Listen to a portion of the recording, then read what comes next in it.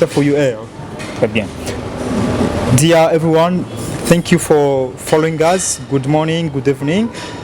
This time now we're going to make a short talk with Professor Baumann. Professor Baumann is coming from Germany. Freiburg University. Yes, thank you. Let us give him the floor to introduce himself so that everybody can know. Good morning, Professor. Good morning. Yes. How people can know you? Well, my name is Klaus Baumann. I'm a Catholic priest. I'm a professor at Freiburg University in the Faculty of Theology in the field of Caritas Studies and Christian social work. I'm also a trained psychotherapist and practice this profession too, apart from my being professor.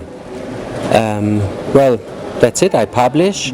You can find publications of mine on the internet for free. Just try to find them. Klaus Baumann. Oh, thank you very much. I think that everybody interested in the topics of trauma and psychology can be interested and follow you. I can see and read you very much. Yes, to some extent. It's a part of my publications that also deal with trauma and trauma experience and trauma therapy or other elements which make you more resilient in the face of trauma. But we have to say the field of trauma psychology, trauma experiences, trauma therapy is a really delicate and complicated field. It's not so easy because every person has a different way of working out things after the experience of trauma.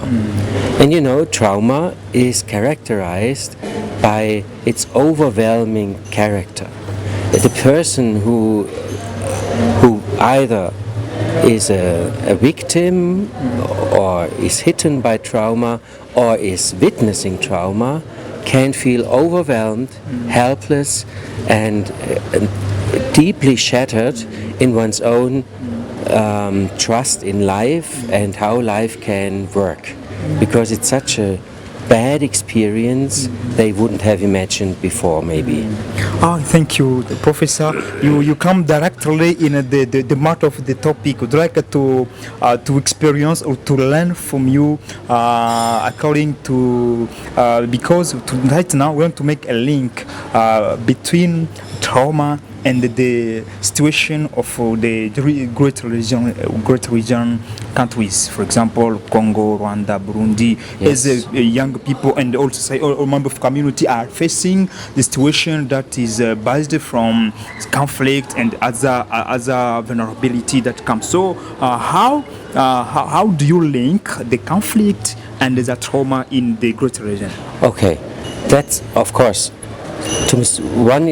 in one side it is very easy to make the link, because in conflicts, if they have escalated towards violent actions, violence can be the cause, can be the situation which traumatizes people.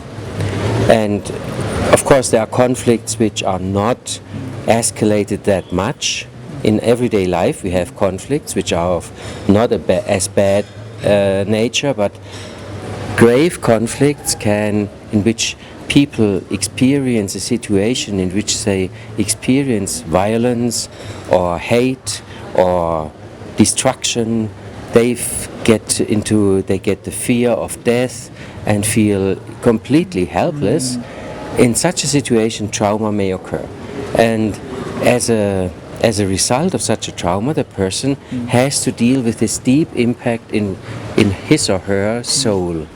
A trauma leaves sort of its traces in our soul, and we have to deal with that, what has happened.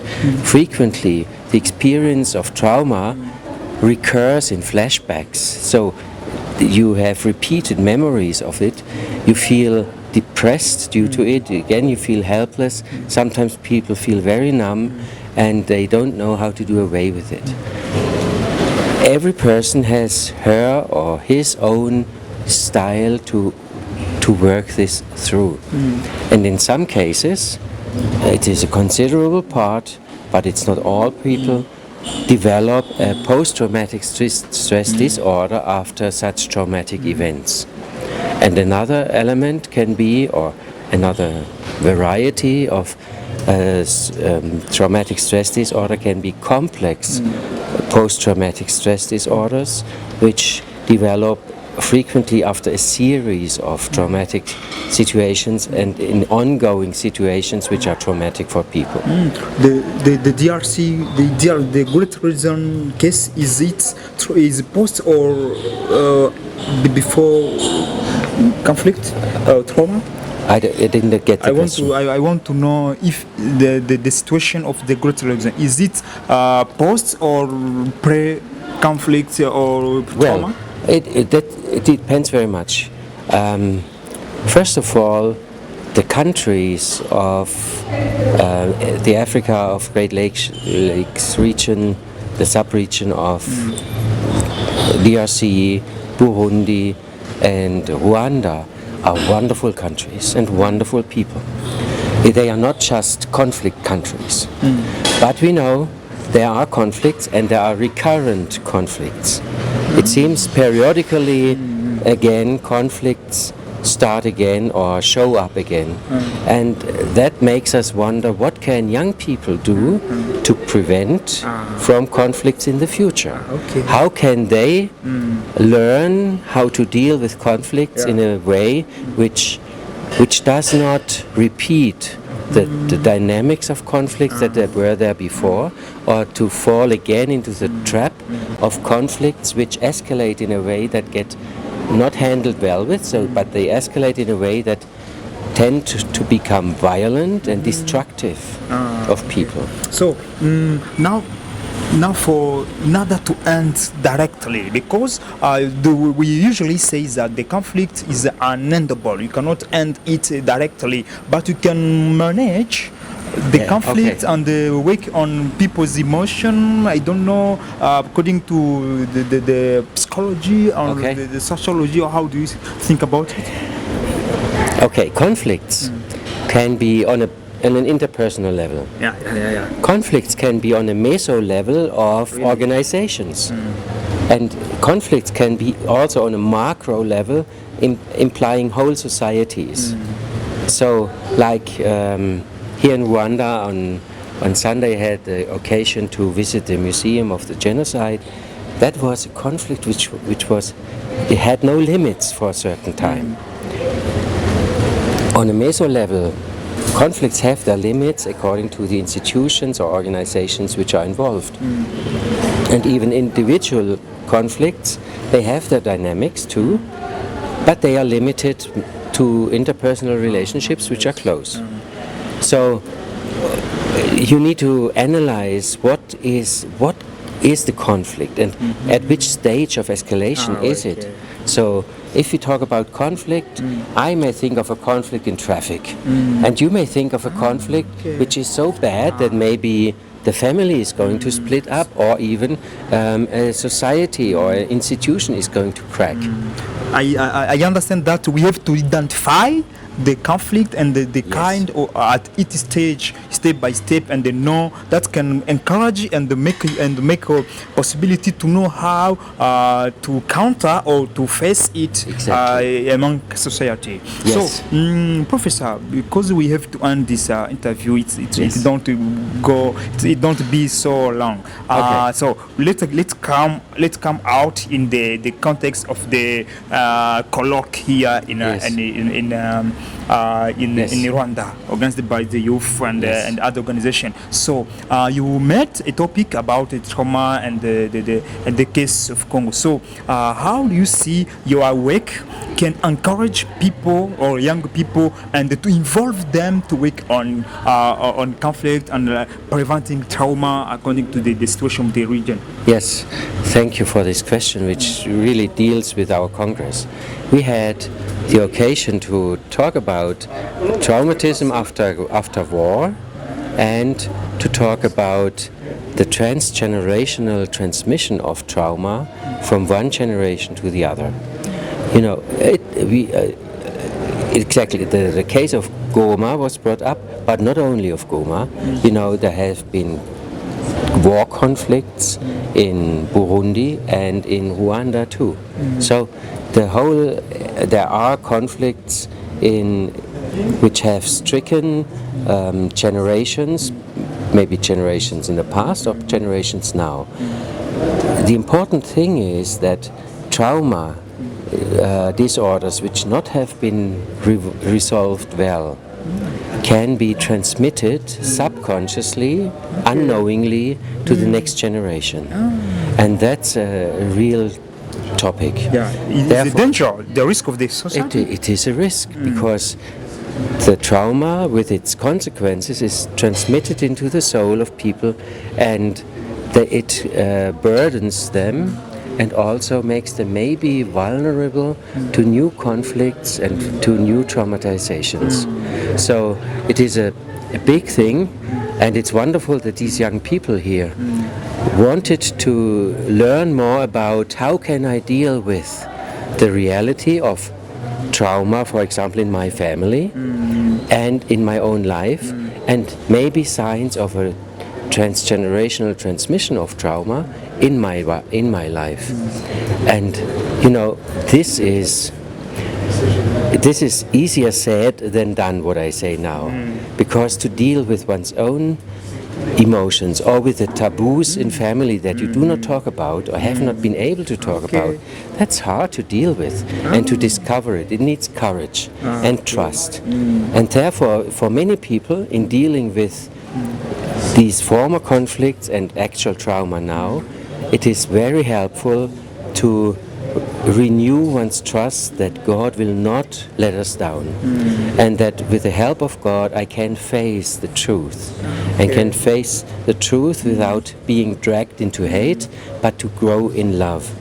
And the best thing that can happen after trauma is so-called post-traumatic growth, when you cherish anew and more deeply what your life is, what the gift of life is, or what the gift of friends and other close people are.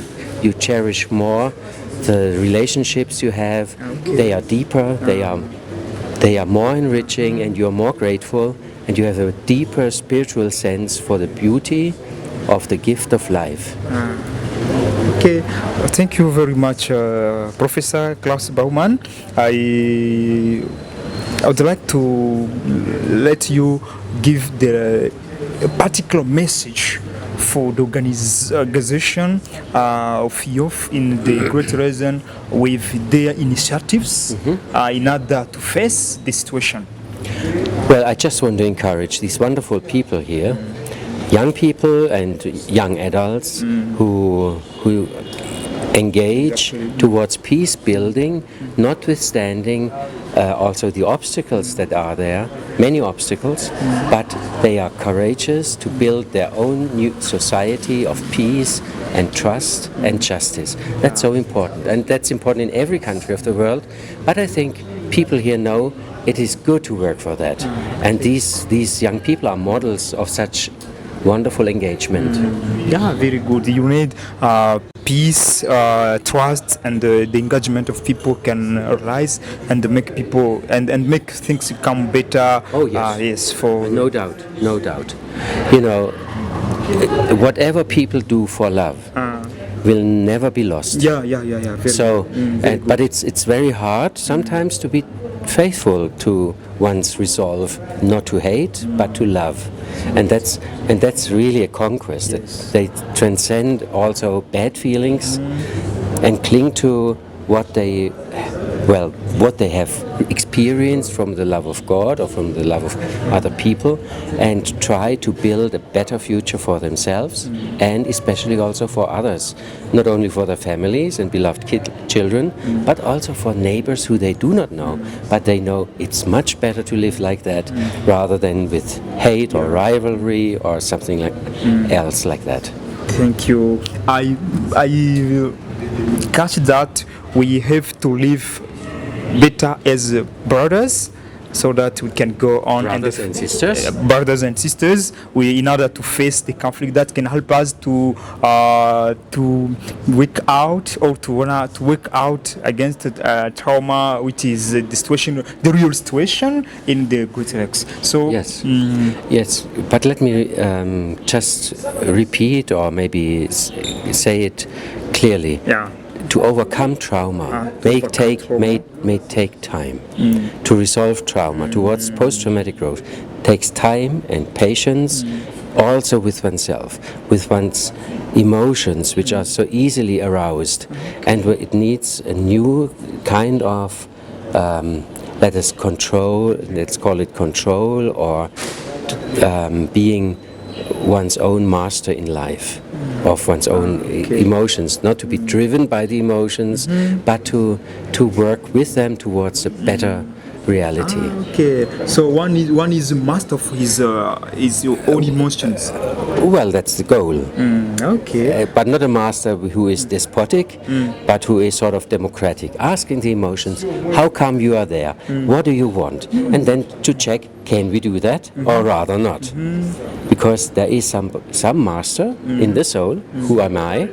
And maybe with the help of the Holy Spirit, I am mastering the challenge of being aggressive and uncontrolled, impulsive towards others, which afterwards, hopefully, I regret. But things happen badly sometimes, and it's better not to do that. So for that prevention, it's good to be in good contact with one's own emotions, to check them, and to make them part of my life for peace and reconciliation. Thank you very much, Professor Klaus Baumann. I say thank you for your time. You're welcome. Yes, thank you very much. Thank you for having me. Thank you for having me. Thank you for having me too. Thank you. Thank you, everybody. Thank you for listening, for following us. We have talked with Professor Klaus Baumann, and this was a very good time to show about trauma and the situation that is really in our society. But you heard many advices and many other sorts of trauma that he said in this talk. Thank you very much. Thank you for having us. Bye bye.